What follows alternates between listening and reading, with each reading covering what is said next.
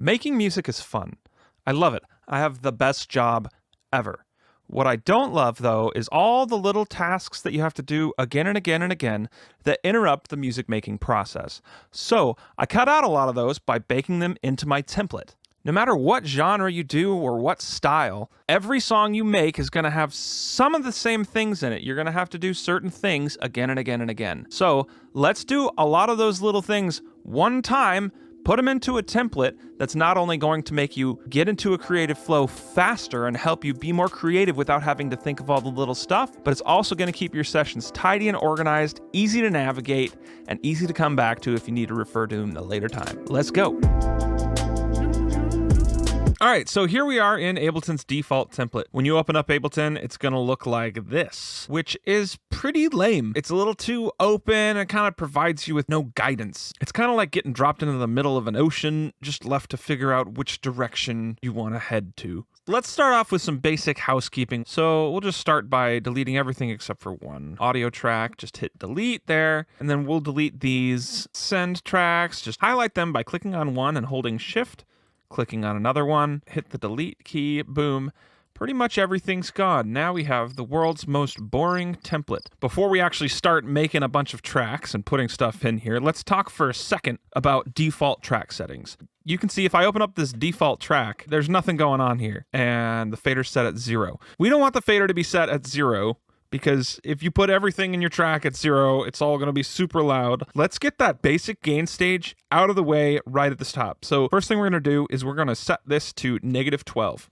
The next thing we're going to do is we're going to set the default input channel to whatever channel you like. I use channel 9 quite a bit. I'm going to choose channel 7. That's usually what I record guitar and bass through because I have a hard patched preamp that I like. So we're just going to go ahead and set that there. Another thing we want to do is any channel strip stuff that you find yourself using on a regular basis, you want to include. So I always use FabFilter Pro Q, so I'm just going to go ahead and grab FabFilter Pro Q and drop it on the track. As a side note, when you initially start up Pro Q, it's just flat. I've just added high and low pass filters because I almost always use high and low pass filters. If you use a certain compressor that you use all the time on every audio track, you can throw it in there. Ableton's default compressor is great. You don't obviously have to use FabFilter Pro Q. I just really like that one.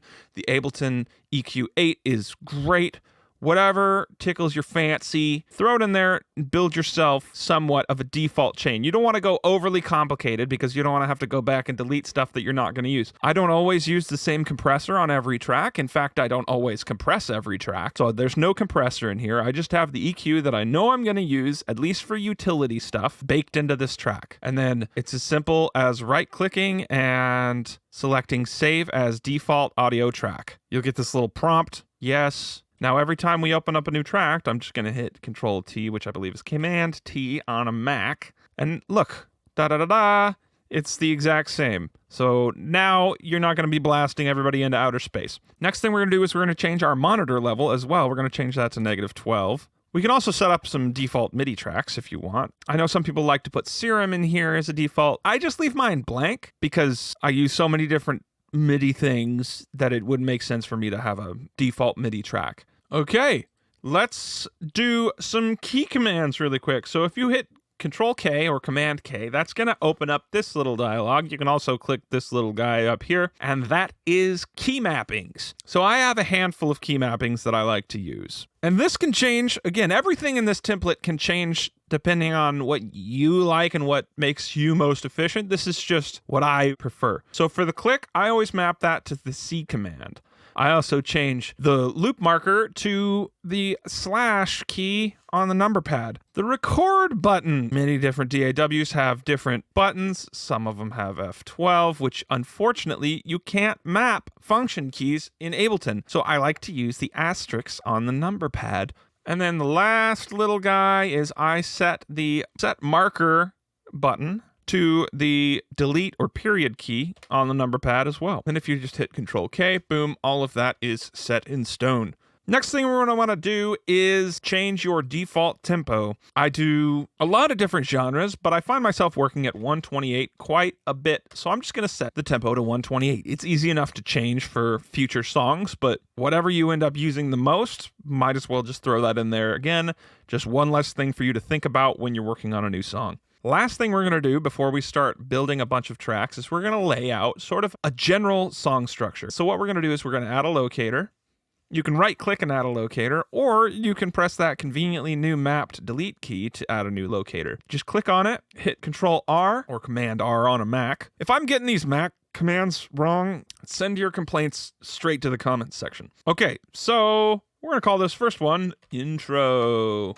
And we're going to make another one somewhere over here and call that End. Build what your typical song arrangement might look like. This is easy enough to change, but it's nice to kind of have a little map when you start things off. So very frequently I might have a 4-bar intro. So we're going to just add another locator and then do verse 1.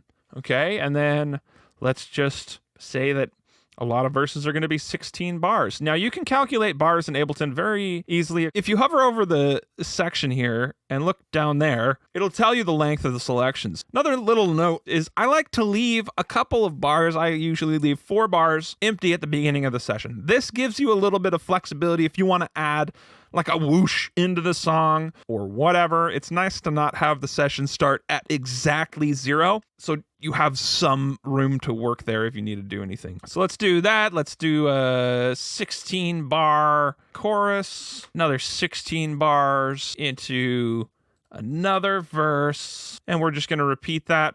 And this is the world's most basic song structure. In fact, a lot of the times I'll add a pre-chorus, you might add a post-chorus or a drop or breakdowns. Build whatever sort of normal for your typical workflow. And it doesn't have to be exactly what you do every single time. Just having some markers in there that you can drag around and give you a baseline of, okay, this is where the drop's going to come in, or this is where the chorus is going to come in. It's useful. All right, finally, we can actually start doing stuff. So I'm just going to rename this first audio track created by Taylor Franklin. Little signature. Now hit Control G or Command G, and that will group this. This is going to be your unused folder. Let's go ahead and make that gray so it disappears into the ether, and then let's assign track color to grouped tracks and clips. We're going to do this on every group. I highly recommend using this all the time just to keep your sessions tidy. Now we can just collapse that, and we're going to go ahead and mute this group. So this is a very important group to have. If you have an idea that doesn't quite fit in the song, you make it and then you're like, maybe I'll use this later in the song. I don't really want to delete it, but you don't want it clogging up your visual view of the song. Just put it in the unused folder. You might have different ideas, different sounds. Sometimes I'll throw a sample track in there that's just like interesting sounds that I come across on Splice if I'm looking through samples. Throw them in the unused folder, and it's just out of sight, out of mind, but you can open it up and dig through it if you're searching for inspiration mid-project. Now, let's hit Command-T,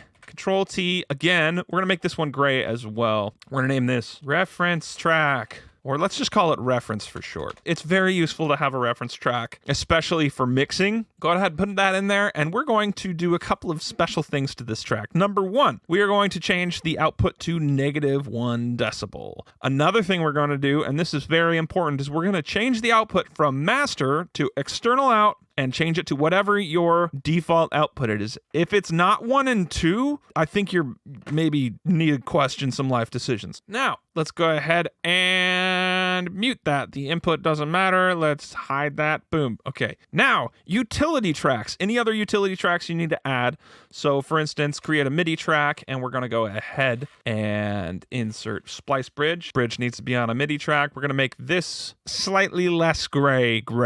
And we're just going to name it Splice Bridge. So now we've got our Splice Bridge track. If you use any MIDI tools like Captain Chords or Scalar or Cthulhu by Xfer or any other kind of those creative MIDI tools, you can build them up in this section up here as well. This is going to be kind of your utility section, if you will. All right, now for some fun stuff, we're going to add 4 MIDI tracks. So Control, Shift, T, T, T, T. Let's throw this in a group. Let's name this drums, okay? while we're in here, let's go ahead and make some super basic drum patterns that you're likely to use. Again, you can change these up later and you don't have to put them in your template, but it's going to save you a lot of time if you do. So for instance, I know that in a lot of my songs, I'm going to have a 4 on the floor kick drum. So we're just going to build that into the template. Boom, boom, boom, boom. Super epic dance music. Let's rename the track to kick. And now all you have to do is drag a sample onto this track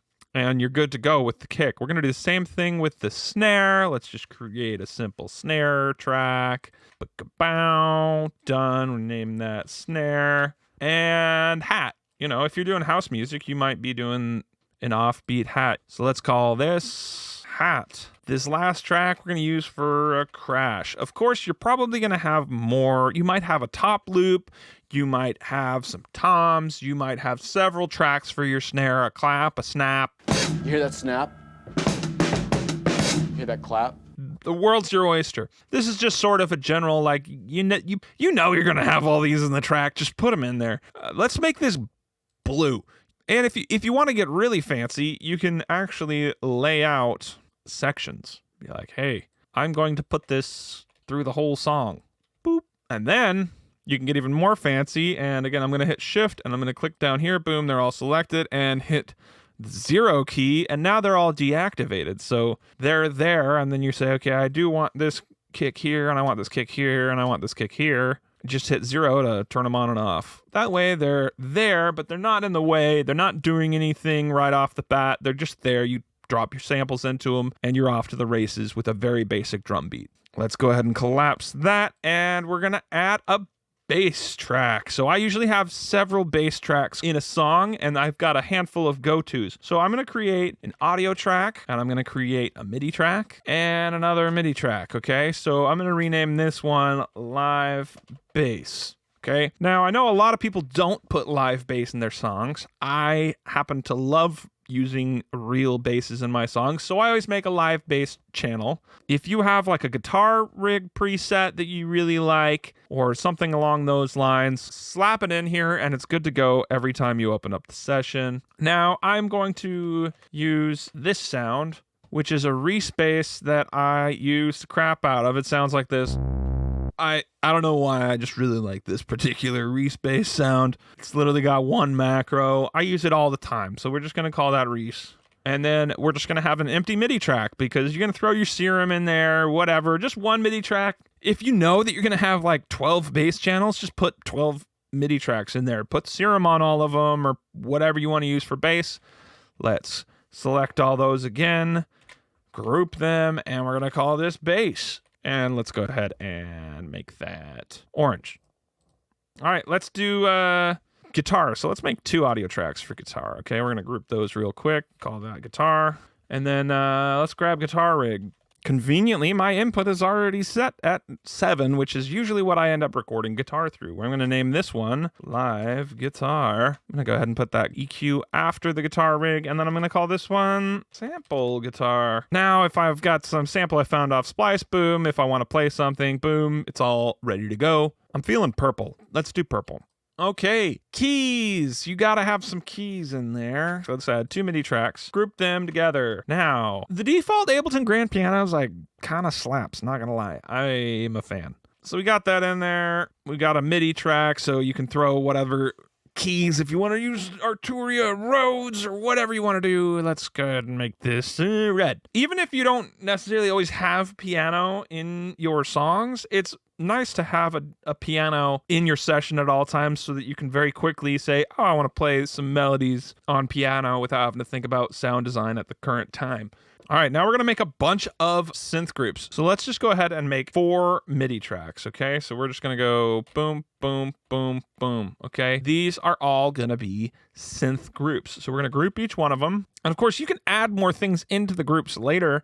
And really the only reason why you're making these MIDI tracks to begin with is because you can't just create groups without anything in them. So we have to put something in there. It's going to be a MIDI track. Make it a MIDI track. Let's call this first one synth chords. Let's call this next one synth pads. And the next one will be synth arps and synth lead.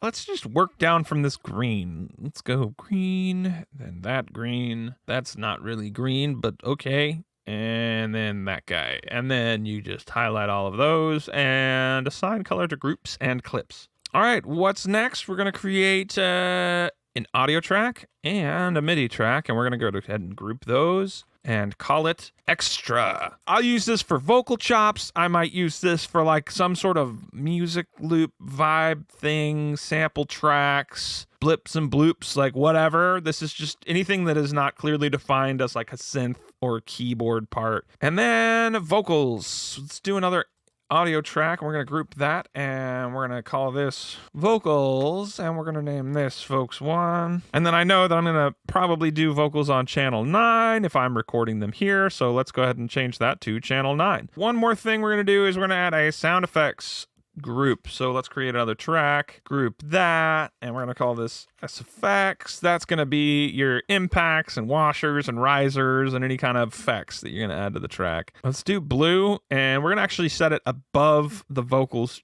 track. Now let's talk about ordering your tracks. The way I have it laid out here is the way that I like to have it. I will tell you just a handful of rules. More what you'd call guidelines than actual rules. You should have your drums at the top of the session. Other than utility tracks like these unused and reference folders, you're going to want your drums to be up at the top of your tracks, and you're going to want your vocals to be at the bottom. If you walk into any major studio in the world, chances are that the kick channel is going to be channel number 1 on the console, and the vocals are going to be at the end of the console. Of course, this can float around. Everything else in the middle is pretty flexible. You can put the bass underneath the drums. That's usually standard, is to have drums, then bass, and then everything below that. Kind of just depends on however you work and what you use the most frequently. And then vocals at the bottom. Chances are you're going to have to do a lot of work on the vocals. Vocals are one of the most important parts of a song. So being at the bottom, they're very easy to locate. You just scroll down, boom, your vocals are there. They're not sandwiched and cluttered up by a bunch of stuff on either side.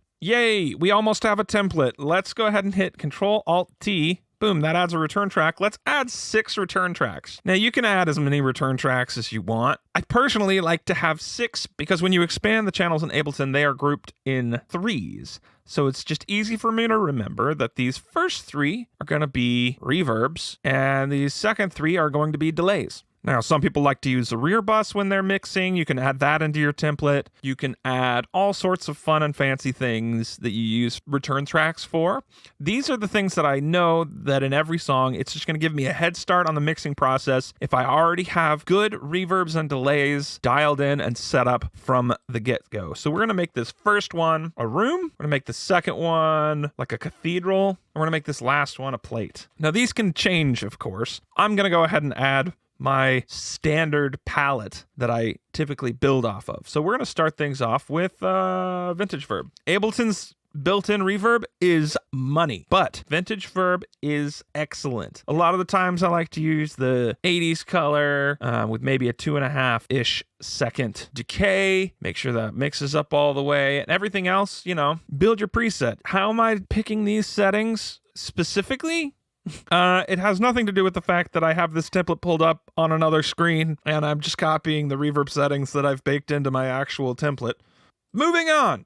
I like to change things up with Pro R. There's so many reverbs. I'll make another video on just reverbs because there's a billion reverb options and good choices. One of my favorite presets built into Pro R is in Very Large Cathedral 1. Basically everything in the Very Large is very cathedral-esque. This is really good on like big synth chords or like tambourine shimmers, all sorts of fancy stuff. I usually back down on that EQ in the low end because it gets a little spicy. And let's go ahead and add a plate. Sound Toys Little Plate. This is another great plugin. Again, you can use built-in Ableton stuff for all of this.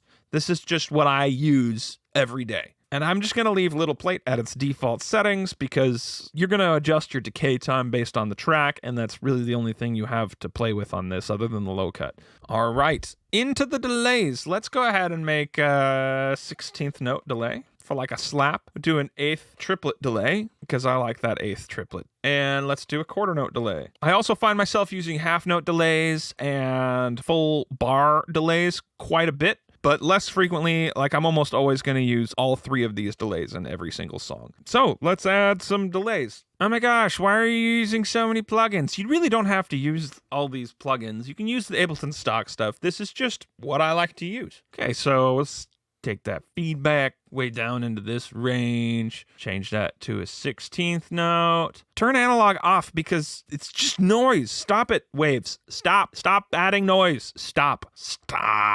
I also find it funny that when you open up H delay, the default analog setting has the most noise of any of them. Turn that off. Your triplet delay, or maybe it's a dotted eighth. Why can't Ableton just give us actual note values instead of just 3, 4, 5? What the 5? What is 5? Just change the dry wet, turn ping pong on, maybe adjust this filter a little bit to cut out some of those lows. Echo boy is my boy. Let's make this a quarter note. Make sure the mix is fully wet. And we'll just leave it at that for now because your settings will probably change depending on what you're working on. All right, let's move on to the master channel. First of all, pink is not the way. Let's make that gray as well. So there are theories, there are debates, there are arguments, there are wars fought about what you should have on your master bus. Let me tell you something that you should have on your master bus no matter what. Yes, put a limiter on there, if for no other reason than to prevent you from destroying your eardrums. It's very important to have a low latency limiter because if I throw on FabFilter Pro L, this has 64.9 milliseconds of latency. That is not cool. Now, the Ableton limiter, you can change that down to 1.5 milliseconds, and I found that that's the exact same as L1. You can use the Ableton default limiter. There's nothing wrong with that. In fact, it's set up out of the box the way that I would want it. Other than the look ahead, I just use L1 because if I bought the plugin, I'm sure as hell going to use it. And that's it. Now we can actually start making music. Now, you can go ahead and name this whatever you want to name it and save it as a template. Ableton's got this lovely little template section here. And then we're going to go ahead and say, save as default set. Every time you open up Ableton, boom, this is going to pop up. This is going to be where you're starting from. All of that work we just did together, you don't have to do it anymore on every single song. It's ready to go. Definitely customize your template to do what you like it to do. This is the way I like it. Feel free to use it as a starting point.